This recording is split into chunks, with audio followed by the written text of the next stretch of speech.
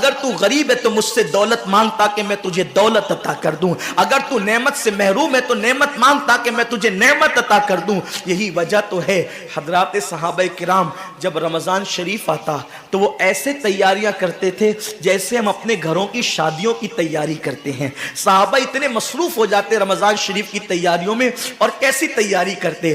ہم بھی رمضان شریف کی تیاری کرتے ہیں۔ ہماری تیاری کیا ہے؟ سحری میں تری کے مسالے کو چاہیے، سحری کے اندر یہ چاہیے، سحری میں وہ چاہیے، افطار میں یہ چاہیے، افطار میں وہ چاہیے۔ مجھے اس سے کوئی جو ہے وہ شکوہ نہیں، میرے آقا نے اس سے منع نہیں کیا۔ حضور فرماتے ہیں کہ رمضان شریف میں گھر والوں کا دسترخوان وسیع کر دیا کرو، گھر والوں پہ زیادہ خرچ کیا کرو، اس لیے کہ جو گھر والوں پہ رمضان شریف میں خرچ کرتا ہے اللہ اس کو اپنی راہ میں خرچ کرنے کا ثواب عطا کرتا ہے۔ اور فاروق اعظم فرماتے ہیں جو رمضان شریف میں کشادگی کرے گھر والوں پر اللہ اسے جہاد میں خرچ کرنے کا ثواب عطا کرتا ہے۔ مجھے اس سے کوئی شکوہ نہیں، لیکن صحابہ کی تیاری کیا ہوتی تھی؟ جب رمضان شریف آتا صحابہ اپنے بستر کو باندھ دیا کرتے تھے۔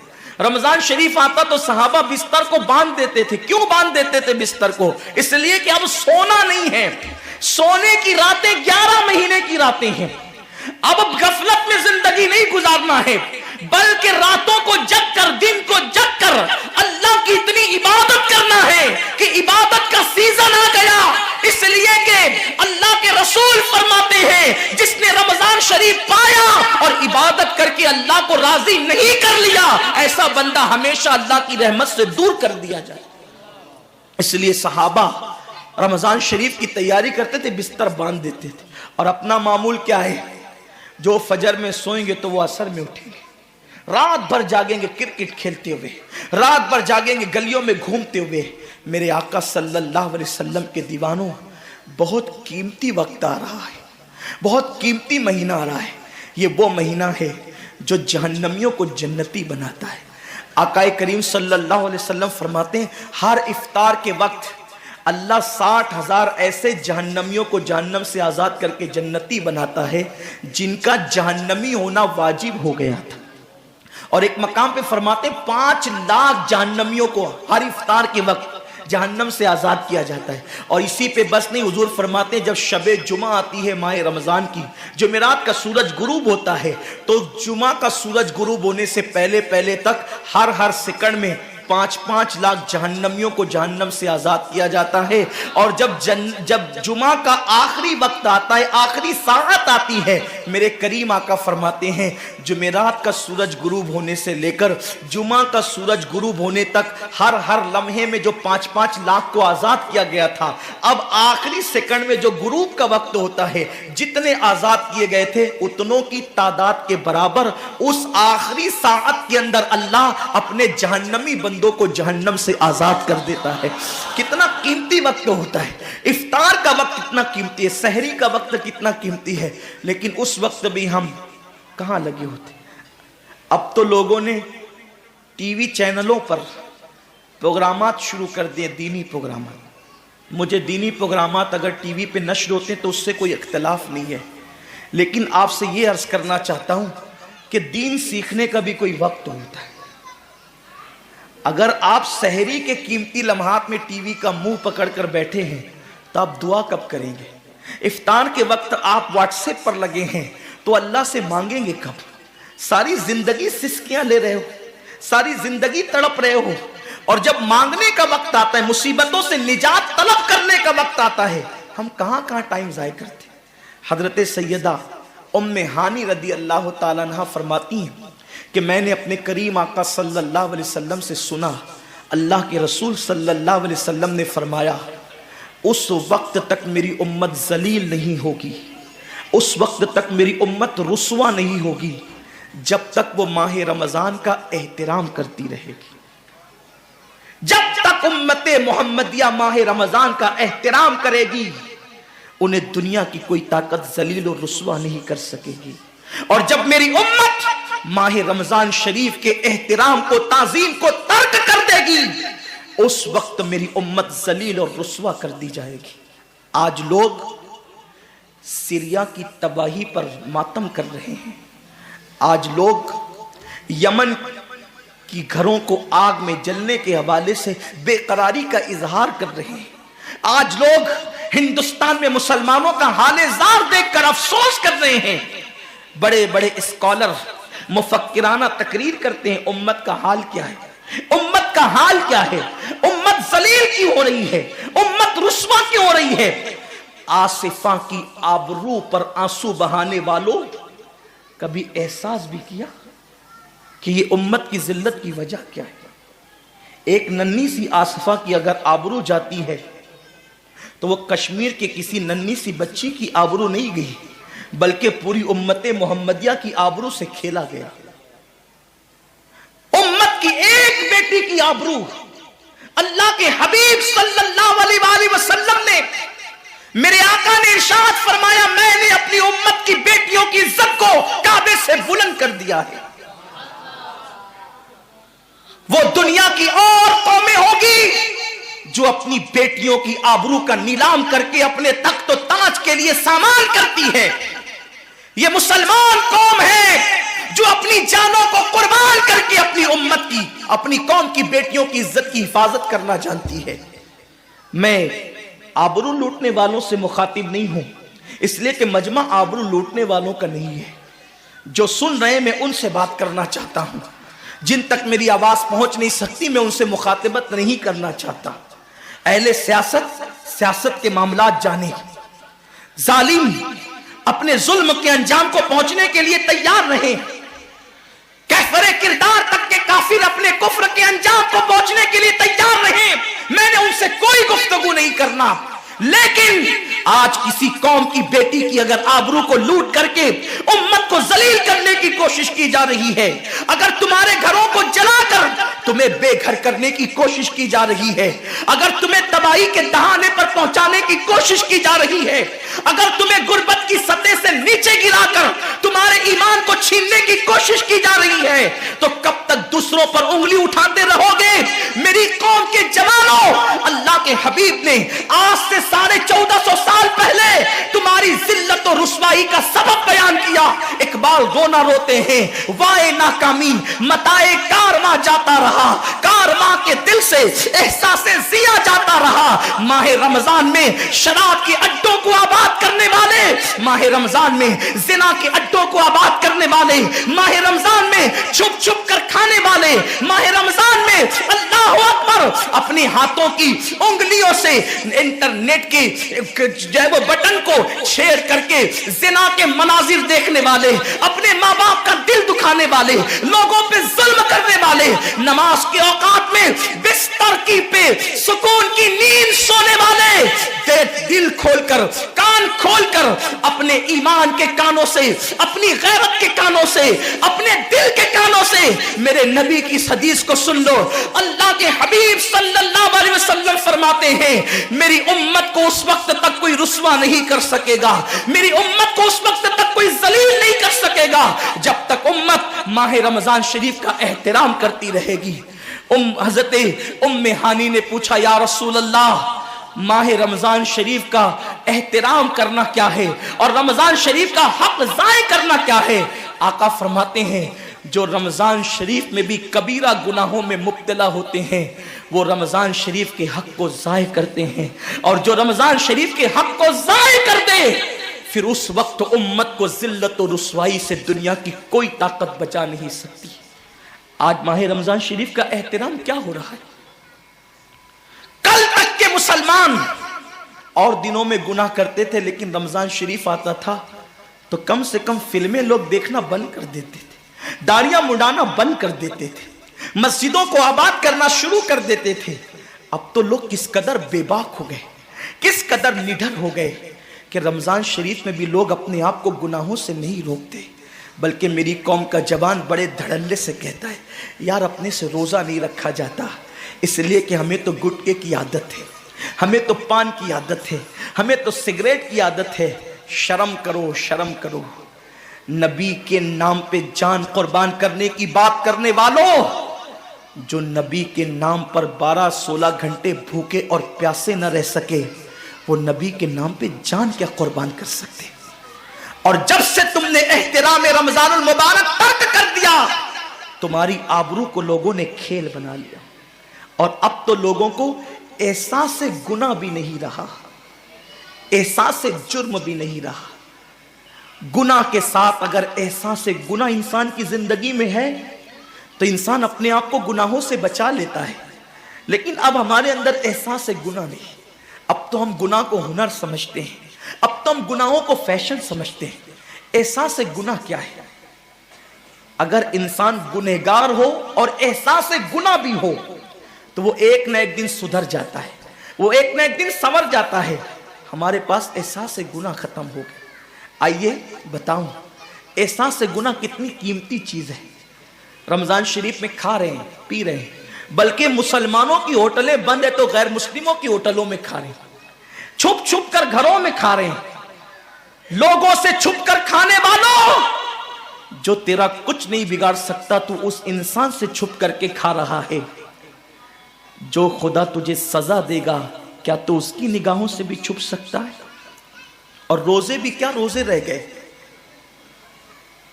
اب تو روزے بھی رسم بن گئے۔ جو روزے رکھتے ہیں رمضان شریف میں ان کو روزہ رکھنے کی عادت ہے، وہ روزے کو عبادت نہیں سمجھتے۔ جو روزہ عادت بن جائے وہ نجات نہیں دلا سکتا، جو روزہ عبادت بن جائے وہ نجات دلا سکتا۔ ایک تو روزے کی عادت ہے اور ایک تو روزہ عبادت ہے۔ روزہ عادت اور عبادت میں فرق کیا ہے؟ عادت یہ سب نے رکھا ہم بھی رکھ لیں، یہ عادت ہے۔ نہ رکھیں گے تو کیا جواب دیں گے، یہ عادت ہے۔ نہ رکھیں گے تو لوگ تانا دیں گے، عادت ہے۔ پھر روزہ عبادت کیا ہے؟ روزہ عبادت یہ ہے کہ اللہ نے روزہ رکھنے کا حکم دیا ہے اور مصطفیٰ جان رحمت نے روزے کا حق یہ بتایا ہے، اگر تو روزہ رکھے تو صرف بھوکا پیاسا نہ رہے بلکہ تیرا ہاتھ بھی روزے دار رہے، تیری زبان بھی روزے دار رہے، تیری آنکھ بھی روزے دار رہے، تیرا پیر بھی روزے دار رہے، تیرا کان بھی روزے دار رہے۔ کان روزے دار اس طرح کہ کان اللہ کے ممنوع کردہ چیزوں کو نہ سنے، ہاتھ روزے دار اس طرح ہاتھ اللہ کے منع کردہ کاموں کو نہ کرے، زبان روزے دار اس طرح کہ زبان اللہ کی ممنوع کردہ چیزوں کو ادا نہ کرے، پیر روزے دار اس طرح کہ پیر اس جگہ چل کر نہ جائے جہاں اللہ نے جانے سے منع کیا ہے۔ جب تو ان سارے اعضاء کو روزے دار بناتا ہے تو ایسے روزے کے معاملے میں میرا اللہ فرماتا ہے روزہ میرے لیے ہے اور میں ہی اس کی جزا ہوں۔ ہر عمل کی جزا جنت ہے، روزے کی جزا خدا کی ذات ہے۔ اسی لیے آقا فرماتے ہیں روزے دار کو دو خوشی ہے، ایک تو افطار کے وقت، دوسرا لقائے رحمان کے وقت، خدا کی زیارت کے وقت۔ صحابہ نے پوچھا آقا ہم اللہ کی زیارت کیسے کریں گے؟ آقا فرماتے جیسے تم آسمان پہ چاند دیکھتے ہو بلا تمثیل اسی طرح تم خدا کی زیارت کیا کرو گے۔ یہ روزے داروں کی شان ہے۔ آج کے روزے کیا ہے؟ جس میں جھگڑا، جس میں غیبت، جس میں چگلی، جس میں فساد۔ روزے کو عادت مت بناؤ، روزے کو عبادت بناؤ۔ احساس مٹ گیا، عبادتوں کا احساس مٹ گیا، گناہوں کا احساس ختم ہو گیا۔ جب تک کہ لوگوں میں گناہوں کا احساس زندہ تھا وہ عبادت کر کے بھی اللہ سے ڈرتے تھے، وہ عبادت کر کے بھی رب کی بارگاہ میں آنسو بہاتے تھے کہ مولا میں تو حق ادا نہ کر سکا۔ لیکن آج احساس نہیں ہے، اس لیے لوگ ہنستے ہنستے افطار کرتے ہیں۔ حالانکہ صحابہ کا معمول تھا جب افطار کا وقت آتا وہ ہاتھوں کو اٹھا کر کے روتے اور کہتے مولا روزہ تو چلا گیا لیکن روزے کا حق نہ ادا ہو سکا، آنسو بہاتے ڈرتے۔ لیکن آج ایسا کچھ بھی نہیں ہے، ہماری ساری نیتیں تو دسترخوان پہ لگی ہوتی ہے افطار کے وقت۔ آئیے ایک بات نکل آئی، احساس گناہ۔ کیا ہے احساس گناہ؟ آقا نے فرمایا نا کہ جب رمضان شریف کا حق ضائع کر دو گے تو اللہ تم سے عزت کو چھین لے گا، تم ذلیل و رسوا ہو جاؤ گے۔ احساس ختم ہے گناہ کا، اسی لیے رمضان شریف میں بھی گناہ کرتے ہیں، اور گناہ کر رہے ہیں تو ذلیل ہو رہے ہیں۔ احساس کسے کہتے ہیں؟ احساس یہ ہے کہ میں نے کیا کیا، چھوٹے سے گناہ کو بڑا سمجھنا میں نے کیا کیا۔ ایک خاتون بارگاہ رسالت میں آئی اور عرض کیا یا رسول اللہ مجھ سے زنا ہو گیا ہے، میں نے بہت بڑا جرم کر لیا ہے، آپ مجھ پہ حد لگا دیں، حد جاری کر دیں تاکہ میں گناہ سے پاک ہو جاؤں۔ اللہ کے حبیب نے احساس گناہ دیکھ کر کے فرمایا کہ جا ابھی تیرے پیٹ میں بچہ ہے، تیرے جرم کی سزا تیرے پیٹ کے بچے کو نہیں دی جا سکتی، اگر تجھ پہ حد لگے گی تو وہ بچہ بھی ختم ہو جائے گا، جب بچہ پیدا ہو جائے اس کے بعد آنا۔ بچہ پیدا ہو گیا تو وہ لے کر کے آئی، آقا فرماتے ہیں تیری جان چلی جائے گی تو اس کی پرورش کون کرے گا، اس کو دودھ کون پلائے گا، جا اس کو دودھ پلا اس وقت تک جب تک یہ کھانے نہ لگے۔ وہ بچے کو 2 سال تک دودھ پلاتی رہی، اور جب بارگاہ رسالت میں آئی تو بچے کے ہاتھ میں روٹی کا ٹکڑا دے کر کے آئی، بچہ روٹی کھا رہا تھا، عرض کی آقا مجھ پہ حد جاری کریں تاکہ میرا گناہ جو میرے دامن پہ لگا ہے وہ دھل جائے۔